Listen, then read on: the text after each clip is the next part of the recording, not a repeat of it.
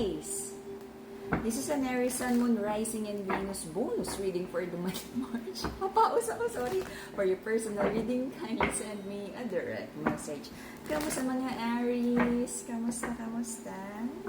Anong nangyayari? Anong mga ganap sa buhay ng mga mandirigma? Alright, let's see. Aries, Sun, Moon, Rising, and Venus bonus reading for the month of March. Okay? PM lang for your personal reading. Sa mga old clients, alam nyo na yung nag-iisang number natin, Viber, Voting, Telegram, and that will be the same as our GCash, okay? Ingat sa mga scammers. And also, ang crystal natin nakasale pa rin until the end of March, so take advantage of the discounted price. Ang lahat ng crystals natin, high quality, bless, cleanse, and ritualize by Enlightened Guide. Alright. Aries, Sun, Moon, Rising, and Venus bonus reading for the month of March. Let's see kung ano meron para sa mga Aries. Sorry, paos. Alright. Okie-dokie. So,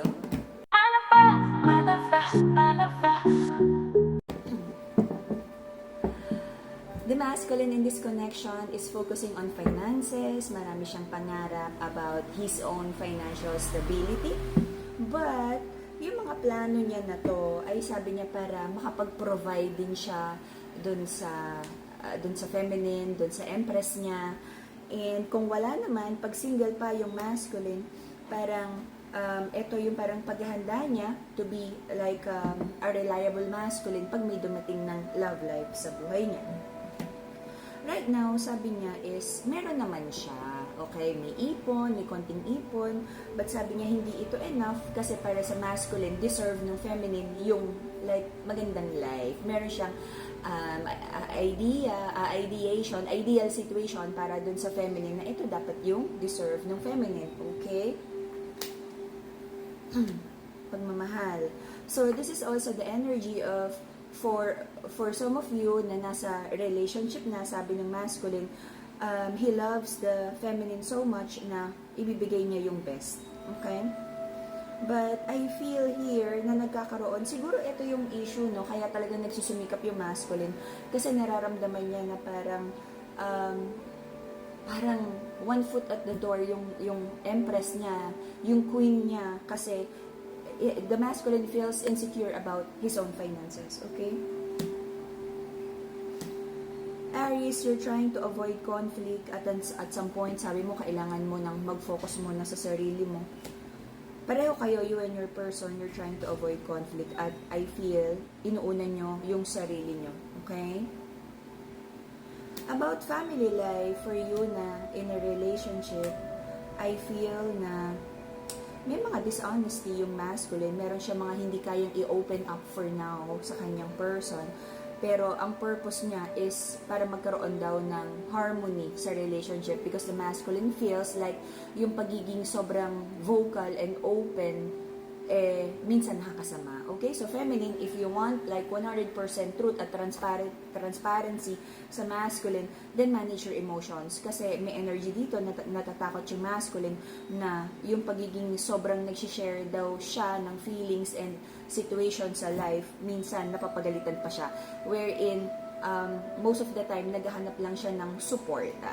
Okay? So pag-usapan, I feel meron dito nga, the Wheel of Fortune is in reverse, mga delay sa blessing, and this is also the energy of you're still in the same old karmic loop na dapat nang mag-detach kayo, kailangan nang magkaroon ng pagbabago, like may mga patterns na kailangang bitiwan, magkaroon ng bagong beliefs. The death card is like a death of an old self na hindi na makakatulong sa future self na binibuild mo. Okay, this is the purpose of the death card is for you to be reborn and have a better version of yourself na align sa future self na binibuild mo. Okay? Right now, sabi ng mga Aries, hindi alam ang plano. So, parang gusto mo nang magpahinga, napapagod magplano, mag-isip. So, sabi niya, sabi ng mga Aries, hanggang walang malinaw na plano or direksyon, sige, parang chill muna. Okay? Sabi ng masculine, gusto niyang magkaroon ng victory, but it feels like nagkakaroon sa kanya ng disappointment tungkol sa pag-ibig. Maraming bagay ang non-negotiable sa relationship na to na sinubukan yung tanggapin and like i-box yung mga emotions, i-box yung mga situations, mga ugly situations na dapat is ina-expose at pinag-uusapan. May energy dito na dahil gusto nyong ipaglaban at i-pursue tong relationship na to, maraming mga bagay na tinanggap na lang, okay? Nagsettle sa situation kahit kaya naman talagang ayusin because may fear of like miscommunication na naman, okay? Maraming pangarap ang mga Aries about finances. And para sa feminine, no, it feels like may feminine energy dito na naghahangad ng isang reliable masculine. At may, if yung Aries ay masculine, it feels like the masculine is like focusing on the financial stability para mabigyan niya ng mas magandang life ang kanyang empress, ang kanyang queen. The reason for the reading is thinking of communication, conversation, about a new passionate connection na minamanifest. Okay? This is like an ideal partnership or love situation na gusto ng mga Aries. Recent past, meron kang naisip na isang tao from your past, pero this reconnection, if nag-usap man o hindi, para sa mga Aries, parang ang nega na ng energy. Sinubukan ng magkaroon ng paulit-ulit na reconnection pero hindi naman naayos. Also, for some of you, nagkaroon na ng reconnection, reconciliation, pero hindi mo maramdaman yung full commitment ng person mo, kaya may mga doubts, and it feels like parang same old pattern. Okay? Prayers and manifestations. Nagpe-pray ang mga Aries na makagawa ng tamang desisyon para sa buhay, long term, para sa financial stability. Marami ka rin naging maling desisyon na naging lesson sa buhay mo, kaya right now sobrang nag-iingat ka na. Lahat ng taong kaya mong pakisamahan, pinapakisamahan mo naman. Okay? Right now, the feminine in this connection, nagkakaroon siya ng issues about finances. Marami siyang kailangang ayusin about money matters. May energy dito ng kasal. Pero hindi ko naman nakikita na tapos na ang kasal energy na to. Or this is like kasunduan. It's like official boyfriend, may kasunduan na eventually long term to at may plano together. Okay? May mga trust issues akong nakikita. And though walang plano na maghiwalay at mag-break, pero may nakikita akong energy dito na someone is entertaining other energies kasi nalulungkot siya sa connection na to. Sabi ng person, mga Aries, nagtitipid siya ng pera. There is a masculine here na nagiging stingy sa pera. But gusto niya makipagkasundo sa feminine na okay na yan. Enough na to.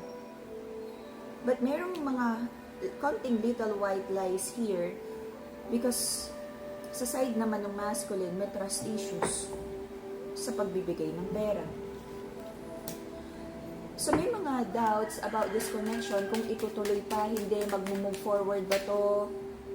Ito ba talaga yung wish fulfillment nyo? Gusto nyo ba talaga yung isa't isa? Nakikita nyo ba ang bawat isa in the next 5, 10, 50 years of your life? Okay? May mga doubts kayo. Until the end of June, there would be an energy of maaring may possible.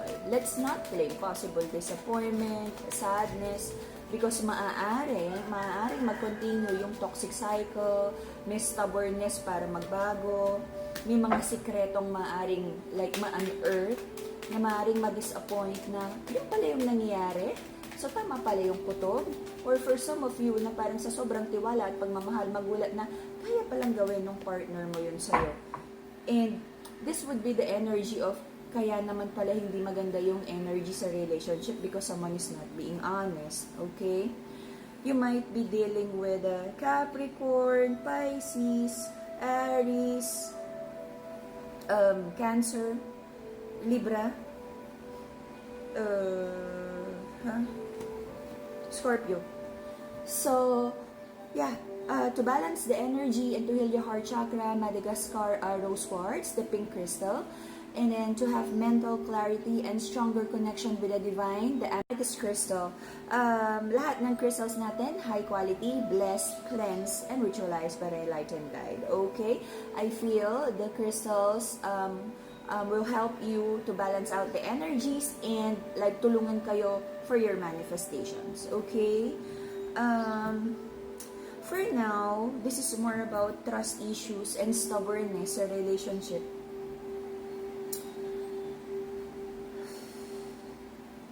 And I feel someone is like seeking emotional fulfillment outside the relationship.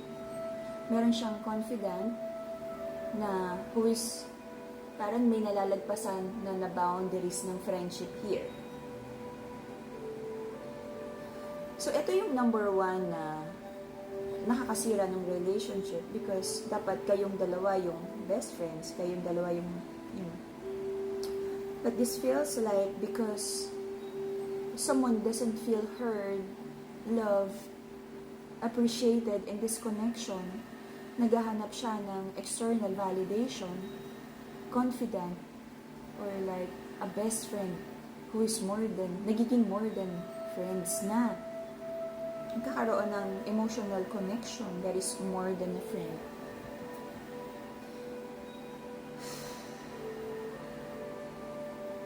I feel merong energy of sisihan dito in the future. So dahil guidance lang naman to, maaring mabago pa ang outcome na to if you would choose a different,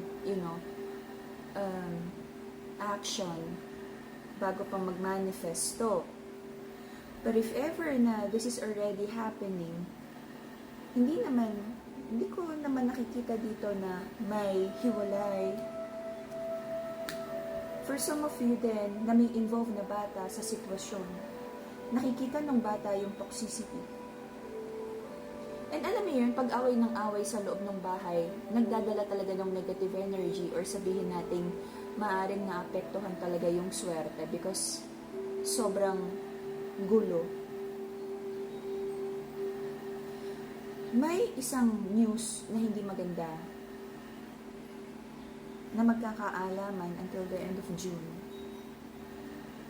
And yun, may nakikita akong sisihan energy, okay? So mag-usap, to balance your energy, the Madagascar rose quartz, the pink crystal, to heal your heart chakra, rose quartz, amethyst for mental clarity and stronger connection with the divine, to the black tourmaline is for grounding of your emotions, to shoo away the negative energy, to protect yourself from negative energy, and anti-evil eye, to protect yourself from evil eye.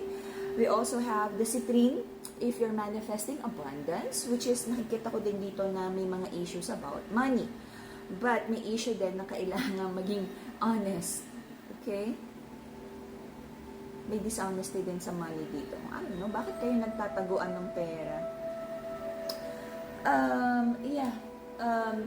Carnelian bracelet, to courage, to do, and to the courage and the motivation na kailangan mo para to manifest your goals quickly, the carnelian bracelet.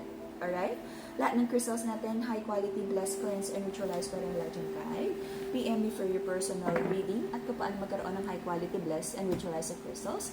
For now, parang nasa limbo yung relationship. Yung magiging outcome would depend kung ano yung gagawin yung actions after yung marinig to guidance na to. Alright? So, let's see the April reading for all the Aries. That will be the Aries reading for the month of March. See you again in a few days for your April reading. Bye-bye, Aries!